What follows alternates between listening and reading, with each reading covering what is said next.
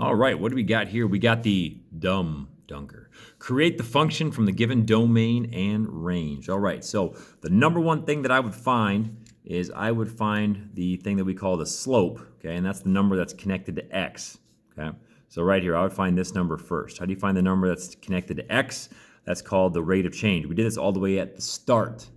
We did this earlier in chapter 4, okay? So we basically got to figure out what in the heck is going on this way, okay, compared to what's going on this way. So you'll hear me talk about more about the change in the y values over the change in the x values, but we got to figure out what's going on here. So let's see here. How do we go from an old number to a new number? Let's backtrack a little bit here. I'm just going to pick the first two. So I'm going to try to figure out just what's going on.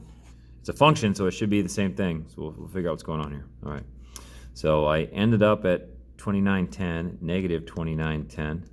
How do I go backwards? Oh, subtract. Minus negative 2930. Oh, 20. Okay.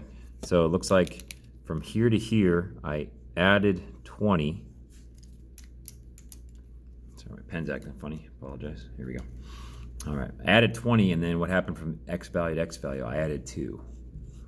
Oh, so when I add 2, I add 20. I think 10 is going to be the magic number. So if you do the change in your range divided by the change in the domain, you'll figure out what's going on. 10, positive 10, it's going up, right? Okay, see if that does that again. So these went up 2, and that went up 20 again. Nice.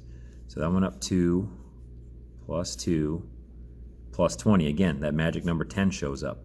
Ooh, what happened to you guys? You went plus 5, and you went plus 50. Okay, look, there it is again, 10. Okay, 10 is my magic number. So making my function, I would say f of x equals 10x. Okay, see that right there? All right, so now I got to figure out the number where everything started. So I need to figure out 0. Okay, so remember, 0 is where everything happens, or where everything begins. That's where this number is. Okay, this starting number right here, this number is all the way at the start of your table. Now, I see our table didn't start at 0, so we got to go backwards. Oh, I wonder if I can use this movement, this numerical pattern here, to work backwards. Okay, so it seems to me every time I go 1 this way, I'm going to add 10. Excuse me, I'm going to add 10. Well, let's go back. Going from 7 to 0, I went backwards 7. So from here, I would probably have to go, 1 to 10, negative 7. I probably have to go back 70. Okay, see what I did there? Okay, I'm just using the numbers and kind of decoding the movements. These went up 2, these went up 20. These went up 2, these went up 20. Interesting. These went up 5, these went up 50. 10 is the magic number, students, right here.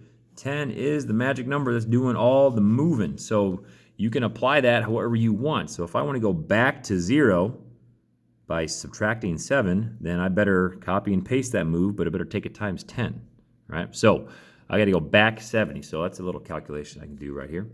Negative 2930 minus 70 to get you back. Ooh, negative 3,000. Nice. All right, so there you go. There's my number that goes right there.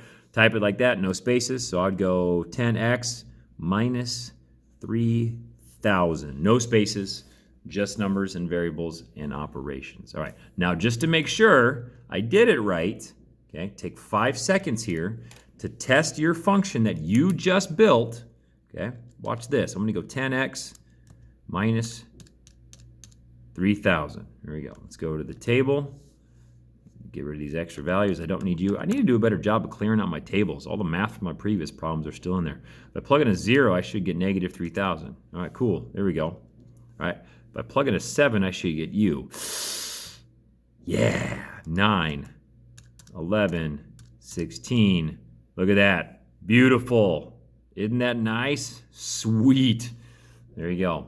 You too can do the same things, friends. Just look at the change of the x values and see how the y values or the range values, the change in the domain and the change in the range. Okay, there's a magic number that's doing all the work in there. Find it and then also use that magic number to figure out where you started this whole math problem to begin with. So that was the dumb